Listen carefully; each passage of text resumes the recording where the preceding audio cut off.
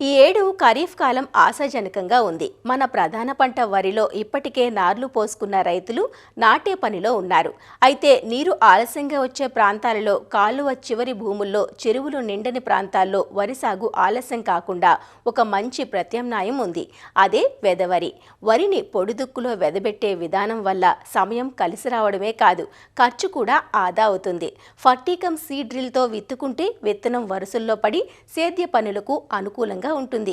ముందు వర్షాధారంగా విత్తుకొని ఆనక నీరు వచ్చాక సాధారణ వరిలా నీరు పెట్టి సాగు చేస్తారు. జూలై 2వ పక్షానికి వచ్చిన తరుణంలో నాటుకు వెళ్లకుండా మధ్యకాలిక రకాలను ఎంచుకొని నేరుగా విత్తుకుంటే మంచి దిగుబడులు తీసుకోవచ్చునంటూ వివరాలు తెలియజేస్తున్నారు ఆచార్య ఎన్జీ రంగా వ్యవసాయ విశ్వవిద్యాలయం విజయనగరం ఏరువాక కేంద్రం ప్రధాన శాస్త్రవేత్త డాక్టర్ లక్ష్మణ్.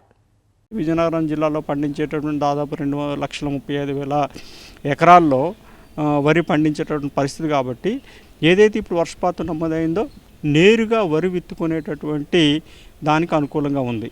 సీడ్ డ్రిల్ సహాయంతో తగినంత మోతాదులో వర్షపాతం పడిన తర్వాత వరిని నేరుగా విత్తుకున్నట్లయితే తొలి దశలో ఆరుతడిగా పండిస్తూ వర్షాలు పడిన తర్వాత పూర్తిగా నీరు నిలకట్టి వరిని పండించుకోవచ్చు. మన జిల్లాలో మధ్యకాలిక రకాలు అంటే 1121 కానీ, సోనా మసూరి కానీ, సాంబా మసూరి వంటి రకాలను పండిస్తున్నాం కాబట్టి ఫెర్టికమ్ సీడ్ డ్రిల్ అనేది పెట్టుకోవాలి. అయితే ఈ పద్ధతిలో సమతులంగా పొలాన్ని 2 నుండి 3 సార్లు మెత్తగా దుక్కు చేసుకున్నట్లయితే మనం చాలా వరకు కలుపు సమస్యను కూడా అధిగమించుకోవచ్చు. ఆఖరి దుక్కులో సిఫార్సు మేరకు ఈ యొక్క భాస్వరం ఎరువును, పొటాష్ ఎరువులను వేసుకొని కలిగి దున్నుకోవాలి.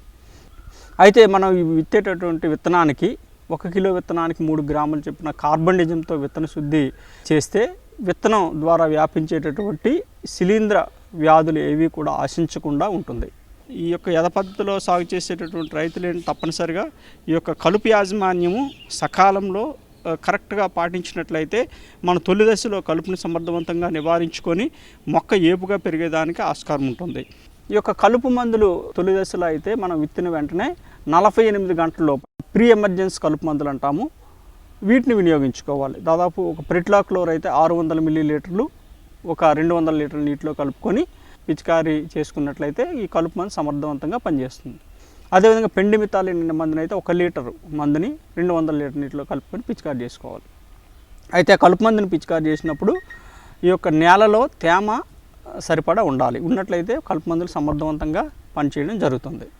అదేవిధంగా ఎరువుల యాజమాన్యం చూసుకున్నట్లయితే మనం ఆఖరి దుక్కులో కానీ లేదంటే ఈ యొక్క సీడ్ కమ్ ఫెర్టిలైజర్ డ్రిల్తో వేసినప్పుడు డ్రిల్తోనే మనం ఈ యొక్క ఎరువుని వేయడం జరుగుతుంది. ఇందులో దాదాపు 50 కిలోల డిఏపి, అదేవిధంగా ఒక 15 నుంచి 20 కిలోల పొటాషియం వేసుకోవాలి. నెల రోజుల తర్వాత 30 కిలోల వరకు కూడా యూరియా, తర్వాత 60 రోజుల సమయంలో ఒక 30 కిలోల యూరియా, 20-25 కిలోల మ్యూరేట్ ఆఫ్ పొటాషియం పైపాటుగా వేసుకోవాలి. ఈ విధంగా వేసుకున్నట్లయితే ఈ యొక్క నేలకి సకాలంలో అందించి తద్వారా పంట పెరుగుదల బాగా ఉంటుంది.